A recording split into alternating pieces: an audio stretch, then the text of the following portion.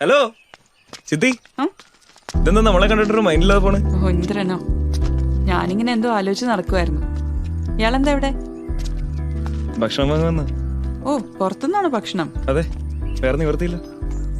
അല്ല, out ഹൗസില് kitchen ഉണ്ടല്ലോ, അപ്പൊ അവിടെ കുക്ക് ചെയ്തൂടെ? മ്യൂസിക് കമ്പോസിംഗ് ഇരുന്നപ്പോ ഈ കുക്കിംഗ് ഒന്നും നടക്കില്ലല്ലോ.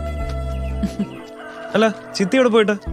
എനിക്ക് സഹകരണ സംഘത്തിൽ ചെറിയൊരു ജോലിയുണ്ട്, ചുമ്മാ വീട്ടിലിരുന്ന് ബോറടിക്കണ്ടെന്ന് വെച്ചു. അല്ല, അപ്പൊ ഈ മോള് ജോലിക്കൊന്നും പോകുന്നില്ലേ? മോളോ? ആരുടെ മോള്? ആരുടെ മോളോ? സ്വന്തം മോള് തന്നെ, അഹല്യ. അത് ശരി, ഞങ്ങള് ചേട്ടത്തി അനിയത്തി മക്കളാ. ഞാൻ അവളുടെ ചേച്ചിയായിട്ട് വരും. അല്ലേലും ചിത്തിയെ കണ്ട അഹല്യയുടെ അമ്മയാണെന്നൊന്നും പറയില്ല.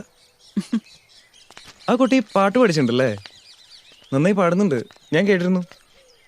അഹല്യ പാടുന്നത് ഇയാള് കേട്ടെന്നോ? ചാൻസേ ഇല്ല. അതെന്താ ആ കുട്ടി പാടുന്ന ഇതുവരെ നിങ്ങളാരും കേട്ടിട്ടില്ലേ? അങ്ങനെയല്ല, അഹല്യ പാടുന്ന അവളുടെ ഭർത്താവിന് ഇഷ്ടമല്ല. കല്യാണം കഴിഞ്ഞ ഒരു മൂളിപ്പാട്ട് പോലും പാടുന്നത് ഞാൻ കേട്ടിട്ടില്ല. ആ കുട്ടിയുടെ കല്യാണം കഴിഞ്ഞാണോ? അതെ. എന്താ, കല്യാണം കഴിക്കാൻ വല്ല പ്ലാൻ ഉണ്ടായിരുന്നോ? പ്ലാൻ ഉണ്ടെങ്കിൽ ഇനി പറഞ്ഞിട്ട് കാര്യമില്ലല്ലോ. അല്ല, ആരെ ഈ സംഗീത വിരോധിയായ ഭർത്താവ്? സത്യം പറ, ഇയാളുടെ തലയ്ക്ക് വല്ല പ്രശ്നമുണ്ടോ? ഇല്ല, എന്തേ? തല തണുപ്പിക്കണോന്നറിയാനാ. അതിന് നെല്ലിക്കതളല്ലേ ബെസ്റ്റ്. അപ്പൊ അതൊക്കെ അറിയാല്ലേ? ഞാൻ ചോദിച്ചതിന് ഉത്തരം തന്നില്ലല്ലോ. അവളുടെ ഭർത്താവ് ആരാന്നല്ലേ? ആ, തന്റെ ഹൗസ് ഓണർ തന്നെ.